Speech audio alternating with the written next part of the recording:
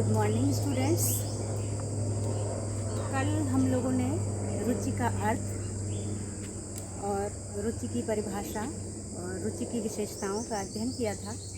आज हम आगे उसी के आगे चलते हैं और देखते हैं रुचि के प्रकार। रुचि कितने प्रकार की होती है? मोटे तौर पर रुचियाँ दो प्रकार की होती हैं, जन्मजात रुचियाँ और अर्जित रुचियाँ। जन्मजात रुचियाँ वे रुचियाँ होती हैं जिसे बच्चा जन्म से लेकर के आता है, जिस पर वंशानुक्रम का प्रभाव पड़ता है, जो बच्चा अपने माता पिता और पूर्वजों से लेकर के आता है। जैसे खाने पीने की रुचि, जिन चीज़ों को खाने पीने में रुचि माता पिता की होती है, बच्चा भी वही चीज़ें खाने पीने में रुचि दिखाता है। या गायन की रुचि, नृत्य की रुचि, अगर माता पिता में सिंगिंग या डांसिंग के प्रति रुचि है तो बच्चा भी उसमें रुचि दिखाता है। या पढ़ाई में रुचि रखते हैं माता पिता तो बच्चा भी उसमें रुचि दिखाता है। ऐसा कोई ज़रूरी नहीं है कि पेरेंट्स के ही गुण आएँ, क्योंकि ये हेरिडिटी से आता है। जन्मजात रुचियाँ हेरिडिटी से आती है, तो उसमें वंशानुक्रम के अंतर्गत माता पिता और पूर्वजों से गुण लेकर के बच्चा आता है। कभी कभी आप लोगों ने अक्सर सुना होगा अपने माता पिता से कि बिल्कुल अपने दादा पे गया है या बिल्कुल अपनी दादी पे गई है ये बच्ची। यह कहते हैं कि बहुत गुस्सा करेंगी तो अपने बाप की तरह ही खाने में नखरे करता है। तो ये क्या है? ये जन्मजात रुचियां हैं जो बच्चा जन्म से लेकर के आता है। दूसरा है अर्जित रुचियां, जो ये वे रुचियां हैं जो बच्चा सामाजिकरण की प्रक्रिया के दौरान, इन्वायरमेंट के संपर्क में आने के दौरान वो रुचियां अपने अंदर विकसित करता है। आजकल तो बच्चों की रुचियों पर जो है आपका तकनीकी का, विज्ञान का, मल्टीमीडिया का बहुत ही ज़्यादा प्रभाव पड़ता है।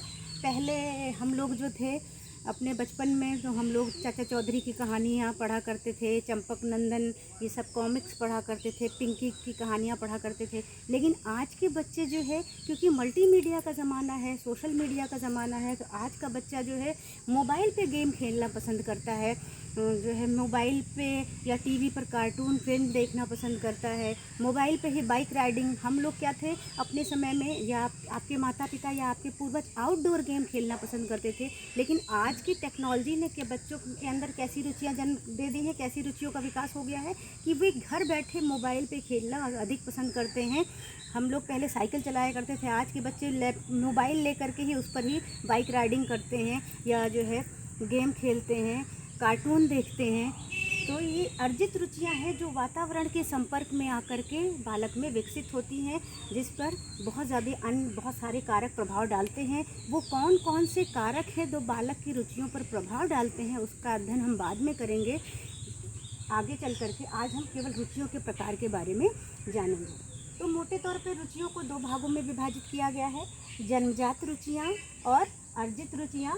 जन्मजात रुचियाँ वंशानुक्रम से बच्चा लेकर के आता है, हेरिडिटी से लेकर के आता है। और अर्जित रुचियाँ वातावरण के संपर्क में आने से बालक में जो रुचियाँ उत्पन्न होती है, जो रुचियाँ वो विकसित कर लेता है या जिन चीज़ों में वो रुचि दिखाता है, उसे अर्जित रुचियाँ कहते हैं। मापन के विधियों के आधार पर भी रुचियों को बांटा गया है, क्योंकि रुचि का मापन किया जाता है और शिक्षा के दृष्टिकोण से एक शिक्षक के लिए बालक की रुचियों को जानना बहुत ही ज़्यादा आवश्यक होता है। तो ऐसी स्थिति में मापन की विधियों के आधार पर रुचियों को 4 भागों में विभाजित किया गया है। पहला है अभिव्यक्त रुचियाँ, दूसरा है प्रदर्शित रुचियाँ, तीसरा है निष्कर्षात्मक रुचियाँ और चौथा है सूचित रुचियाँ। ये क्या है मैं आपको उसके बारे में बताती हूँ। पहला हम देखते हैं अभिव्यक्त रुचियाँ। अभिव्यक्त मतलब जिसे बालक व्यक्त करता है, स्वयं से व्यक्त करता है, बताता है। जैसे हम किसी बच्चे से पूछते हैं कि आपकी रुचि किन किन चीज़ों में है, तो बच्चा बताता है मुझे पढ़ने में रुचि है, खेलने में रुचि है। या हम उससे पूछते हैं कि किस विषय में रुचि है, तो बताता है मेरा मैथ्स में रुचि है, या साइंस में रुचि है, या इंग्लिश में रुचि है। तो जो बच्चा या व्यक्ति पूछने पे बताता है तो उसे व्यक्त करता है, उसे अभिव्यक्त रुचियाँ कहते हैं।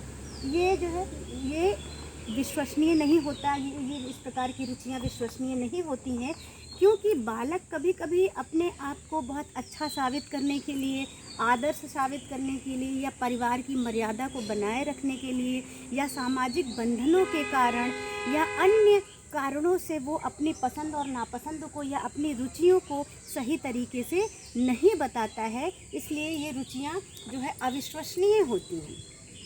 जैसे किसी बच्चे को जो है डांस में उसको इंटरेस्ट है, सिंगिंग में इंटरेस्ट है, रंगोली बनाने में इंटरेस्ट है या मेहंदी लगाने में इंटरेस्ट है, और शिक्षक ने इसलिए पूछा कि कॉलेज में, विद्यालय में आपके को करिकुलर एक्टिविटीज़ वगैरह होती रहती हैं, तो बच्चा जानबूझ के नहीं बताता है कि हमें जो है विभिन्न क्रियाकलापों में बेमतलब का इन्वॉल्व किया जाएगा, इसलिए मैं नहीं बताऊंगा।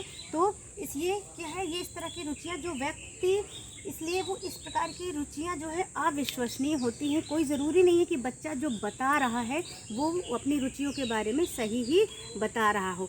ज़्यादातर बच्चों से पूछिए तो वो सभी लोग कहते हैं कि मुझे पढ़ने में रुचि है, जबकि ज़्यादातर बच्चों की रुचि पढ़ने में कहें तो कुछ खेलने में रुचि लेते हैं, तो कुछ सिंगिंग डांसिंग में रुचि लेते हैं, तो कुछ मल्टीमीडिया में रुचि लेते हैं, कुछ कार्टून देखने में, कुछ फिल्में देखने में रुचि लेते हैं।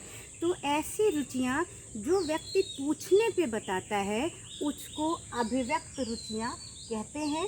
इसका मापन प्रश्नावली के द्वारा किया जाता है। प्रश्न पूछ करके कि आपको किन किन विषयों में, जैसे शिक्षक पूछ सकता है कि किन किन विषयों में रुचि है या कौन कौन सी आपकी हॉबीज़ है, तो बच्चा बताता है। इसका मापन प्रश्नावली के द्वारा किया जाता है। दूसरा है प्रदर्शित रुचियाँ। नाम से स्पष्ट है कि जो बालक या व्यक्ति के व्यवहार में, रोज़मर्रा के व्यवहार में स्वतः ही प्रकट हो जाता है, स्वतः ही दिखाई देता है, स्वतः ही प्रदर्शित होता है, उसे हम प्रदर्शित रुचियाँ कहते हैं। जैसे कोई बच्चा पढ़ने से ज़्यादा क्रिकेट खेलने में रुचि रखता है, भाग भाग के क्रिकेट खेलता है, जितना भी घर में डांट पड़ती है वो चोरी छुपके से घर से निकल जाता है और दोस्तों के साथ क्रिकेट खेलता है, तो हम कह सकते हैं कि इस बच्चे की रुचि पढ़ाई से ज़्यादा क्रिकेट में है। जैसे अपने सचिन तेंदुलकर को लें तो वो क्रिकेट में बहुत ही ज़्यादा रुचि रखते थे, और उनके इस रुचि को देखते हुए उनके बड़े भाई ने उनको आगे प्रमोट किया, मोटिवेट किया और सहयोग किया। जैसे जो है कोई बच्चा जो है टीवी बहुत ज़्यादा देखता है, तो हम कहते हैं कि उसको टीवी देखने में रुचि है। या बच्चा जो है जैसे ही गाना बजना शुरू होता है, डांस करना शुरू कर देता है, तो हम कहते हैं इसको डांसिंग में रुचि है। या बच्चा फटाफट मैथ्स के सवाल पूछा गया और उसको फटाफट आंसर करता है, तो हम कहते हैं इस बच्चे की मैथ्स में बहुत ज़्यादा रुचि है। तो ऐसी रुचियाँ जो बालक या व्यक्ति के दिन प्रतिदिन के व्यवहार में स्वतः ही प्रकट हो जाती हैं, स्वतः ही प्रदर्शित हो जाती हैं, उसे जो है प्रदर्शित रुचियाँ कहते हैं। ये प्रायः अस्थायी होती है। अस्थायी क्यों होती हैं? क्योंकि इसके पीछे कोई ना कोई प्रेरक होता है। अब जैसे आज का मैं एग्जाम्पल लूँ, आज के समय का, कि मल्टीमीडिया से प्रभावित होकर के बच्चे बहुत सारी चीज़ें करते हैं कि मेरा इसमें इंटरेस्ट है, सिंगिंग में इंटरेस्ट है, जैसे सिंगिंग, डांसिंग, बहुत सारे कंपटीशन आते हैं, तो उस बच्चा उसको देख करके मोटिवेट होता है, प्रेरित होता है, उस तरह की क्रियाकलाप करने लग जाता है, जिद करता है अपने पेरेंट्स से कि मुझे डांस सीखना है, मुझे सिंगिंग सीखनी है, मुझे कौन बनेगा करोड़पति में जाना है, तो वो अध्ययन करना शुरू कर देता है। तो ये क्या है, ये इसके पीछे कोई ना कोई प्रेरक होता है, और जैसे ही उस प्रेरक समाप्त होता है तो वो रुचियाँ भी समाप्त हो जाती हैं या प्रेरक बदल जाता है। आज हमारी रुचि डांसिंग में, हमने डांस प्रोग्राम देखा तो बच्चा प्रेरित हो गया और डांस सीखने के लिए जिद करने लगा, डांस क्लास ज्वाइन किया, तो कहते हैं कि बच्चे की डांस में रुचि है, वो दिखाई दी। फिर वो कुछ दिन बाद कौन बनेगा करोड़पति शुरू हो गया, तो वो पढ़ना शुरू कर देता है, जीके जीएस पढ़ना शुरू कर देता है। तो वो जैसा जिस प्रकार का प्रेरक होता है, तो उस प्रकार की रुचियाँ व्यक्ति में या बालक में प्रकट होने लगती हैं और प्रदर्शित होने लगती है। जैसे उस प्रेरक की समाप्ति होती है, जैसे ही वो प्रेरक बदलता है, रुचियाँ भी बदल जाती हैं। इसलिए इस प्रकार की रुचियों को अस्थायी रुचियाँ भी, ये रुचियाँ अस्थायी होती हैं। और इसका मापन अवलोकन विधि, अवलोकन यानी देख करके, ऑब्जर्वेशन करके, बच्चे को ऑब्जर्व करके बताया जा सकता है कि बच्चे में कौन सी रुचि है। तीसरा है निष्कर्षात्मक रुचियाँ। निष्कर्षात्मक रुचियाँ ये क्या है? परीक्षा में प्राप्त अंकों के आधार पर हम ये निष्कर्ष निकालते हैं कि बच्चे की अमुक विषय में रुचि है, अमुक विषय में रुचि नहीं है। जैसे कोई बच्चा हिंदी में 40% नंबर प्राप्त करता है और जो है साइंस में 80%, 90% नंबर प्राप्त करता है, तो हम कह सकते हैं कि बच्चे की साइंस में ज़्यादा रुचि है अपेक्षाकृत हिंदी के। या कोई बच्चा इंग्लिश में 70% अंक प्राप्त करता है और जो है मैथ्स में 99% अंक प्राप्त करता है, तो हम कहते हैं कि बच्चे की मैथ्स में ज़्यादा रुचि है। तो ये परीक्षा के अंकों के आधार पर ये रुचियों का पता लगाया जाता है। इसके मापन का आधार है उपलब्धि परीक्षण, अचीवमेंट टेस्ट के आधार पर इसका मापन किया जाता है। अगला है सूचित रुचियाँ। सूचित रुचियाँ क्या है, ये देखिए यहाँ से एरो आया हुआ है।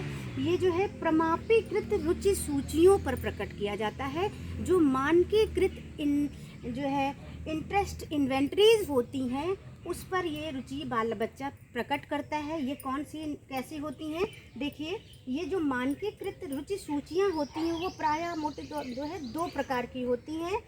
एब्सोल्यूट लाइकिंग डिसलाइकिंग, ये मतलब निरपेक्ष पसंद नापसंद जिसमें बच्चा व्यक्त करता है। एक सूची दी हुई होती है जो है आपकी रुचियों की, और उसको आप बच्चे को बताना होता है कि किस चीज़ को वो पसंद करता है ना या नापसंद करता है। ये एब्सोल्यूट लाइकिंग एंड डिसलाइकिंग, निरपेक्ष पसंद नापसंद, ये क्या है प्रमाणीकृत रुचि सूची है, जो मुख्य रूप से 2 प्रकार की सूचियों का प्रयोग किया जाता है इसके मापन के लिए कि बच्चे में कौन सी रुचि है कि नहीं है। मान लीजिए साइकिल चलाना, ये रुचियाँ लिखी हुई हैं, बहुत सारी रुचियाँ लिखी होती हैं इन सूचियों में, और उसमें बच्चे को अपनी पसंद और नापसंद व्यक्त करनी होती है। मान लीजिए आपसे हमने पूछा कि आपको साइकिल चलाना पसंद है या नापसंद, तो आपने नापसंद पे टिक कर दिया। फिर कार चलाना पसंद है कि नहीं, फिर आपने पसंद पे टिक किया। गणित पसंद है नहीं, तो आपने नापसंद। भाषा पसंद है या नहीं, तो भाषा पर आपने टिक किया। तो इसकी फिर व्याख्या कर करके शिक्षक पता लगाता है कि बच्चे की किस विषय में या किस क्षेत्र में रुचि है। ये एब्सोल्यूट लाइक डिसलाइक, क्योंकि इसमें एब्सोल्युटली पता चल जाता है कि बच्चे को क्या चीज़ें किन किन जो है क्षेत्र में रुचि है और किन क्षेत्र में रुचि नहीं है। दूसरा है कंपैरेटिव लाइकिंग डिसलाइकिंग, तुलनात्मक पसंद और नापसंद। ये दूसरे प्रकार की जो है मानकीकृत रुचि अनुसूची है। कंपैरेट जो है ये दूसरे प्रकार की मानकीकृत रुचि अनुसूची है, या स्टैंडर्डाइज जो है इंटरेस्ट इन्वेंटरी, इसको इंग्लिश में कहते हैं स्टैंडर्डाइज इंटरेस्ट इन्वेंटरी। ये दूसरे प्रकार की है जिसमें पसंद नापसंद के साथ साथ उसकी मात्रा का भी पता चलता है कि किसी क्षेत्र में उसकी किस लेवल तक जो है रुचि है, किस लेवल तक उसकी पसंद नापसंद है। जैसे मान लीजिए ये विषय लिखा हुआ है, बहुत सारे इसमें क्षेत्र लिखे होते हैं, विषय लिखे होते हैं, जो उसके आगे ये मात्रा दी हुई होती है जिसको 5 बिंदु मापनी या 7 बिंदु मापनी कहते हैं, जो आप आगे चल कर के पढ़ेंगे। अभी इसको आपको जानने की ज़रूरत नहीं है, बस इतना जानिए कि इसमें रुचियों से संबंधित क्षेत्र लिखे होते हैं, विषय लिखे होते हैं, और उसमें ये लिखा होता है। जैसे इसमें गणित लिखा हुआ है, तो गणित के साथ साथ लिखा हुआ है अधिक पसंद, पसंद, उदासीन, नापसंद, अधिक नापसंद। अब बच्चे को इसमें टिक करके बताना होता है, टिक करना होता है। मान लीजिए गणित के प्रति उसने उदासीन का टिक लगाया, भाषा में अधिक पसंद का टिक लगाया, है ना। विज्ञान में अधिक जो है अधिक नापसंद का उसने जो है विज्ञान में अधिक नापसंद का टिक लगाया, सामाजिक विज्ञान में अधिक पसंद का टिक लगाया। तो इसकी व्याख्या के आधार पर शिक्षक पता लगा सकता है कि बालक की किस विषय में रुचि है और कितनी अधिक और कितनी कम रुचि वो उस विषय में रखता है। और इसके आधार पर शिक्षक अपने बालक को, अपने शिक्षार्थी को उचित गाइडेंस दे सकता है कि उसे किस विषय का चयन करना चाहिए, किस विषय में उसकी रुचि है, किस क्षेत्र में उसे आगे निकलना चाहिए। यहाँ भी हम कह सकते हैं कि आप पूछ सकते हैं कि क्या ये तो पूरी तरह से विश्वसनीय है। तो यहाँ भी वही बात आती है कि अगर कोई बच्चा अपनी पसंद नापसंद को, अपनी रुचि को, अपनी लाइक डिसलाइक को जो है सही नहीं बताएगा, तो ये रिजल्ट भी विश्वसनीय नहीं हो सकता है। इसके लिए आवश्यक है कि बच्चे को पहले से ये ना बताया जाए कि इसके द्वारा आपकी किस योग्यता का मापन किया जा रहा है, किस क्षेत्र में आपकी जो है पता लगाने के लिए ये टेस्ट अप्लाई किए जा रहे हैं या इन जो है सूचियों का प्रयोग किया जा रहा है। तो बच्चा जो है पहले से मेंटली प्रिपेयर नहीं होगा अपने आप में कोई ऑप्शन ढूंढने के लिए। कभी कभी बच्चे अपने आप को जो है अच्छा साबित करने के लिए, आदर्श विद्यार्थी साबित करने के लिए वो ऐसे टिक लगाते हैं, जिसके कारण ये जो रिजल्ट आता है वो विश्वसनीय और वैध नहीं होता है। तो आज हमने देखा रुचि के प्रकार, कि रुचियाँ मोटे तौर पर 2 प्रकार की होती हैं, जन्मजात रुचियाँ और अर्जित रुचियाँ। जन्मजात रुचियाँ जो है वंशानुक्रम से प्रभावित होती हैं और अर्जित रुचियाँ वातावरण इससे प्रभावित होती हैं। मापन की विधियों के आधार पर रुचियाँ जो है 4 प्रकार की होती हैं। अभिव्यक्ति रुचियाँ, जो व्यक्ति पूछने पर बताता है उसे अभिव्यक्ति रुचियाँ कहते हैं। ये अविश्वसनीय होती हैं क्योंकि कभी कभी वो अपने आप को अच्छा साबित करने के लिए इस प्रकार की रुचियाँ बताता है। इसके मापन का आधार प्रश्नावली विधि है। प्रदर्शित रुचियाँ, जो बालक के दिन प्रतिदिन के व्यवहार से प्रदर्शित होती हैं उसे प्रदर्शित रुचियाँ कहते हैं। इसके पीछे कोई ना कोई प्रेरक काम कर रहा होता है, इसलिए ये अस्थायी होती है। जैसे ही प्रेरक समाप्त होता है वो रुचियाँ समाप्त हो जाती हैं। इसका मापन अवलोकन विधि के द्वारा किया जाता है। निष्कर्षात्मक विधियाँ, ये जो है परीक्षा के अंक के आधार पर निष्कर्ष निकालता है शिक्षक कि किस विषय में बच्चे की रुचि है। इसका मापन का आधार उपलब्धि परीक्षण है। और लास्ट है, चौथा है सूचित रुचियाँ, जो प्रमाणीकृत रुचि सूचियों के आधार पर बच्चे की पसंद नापसंद या रुचियों का पता लगाया जाता है। आज के लिए इतना ही। आप लोग स्वस्थ रहिए, सुरक्षित रहिए। धन्यवाद।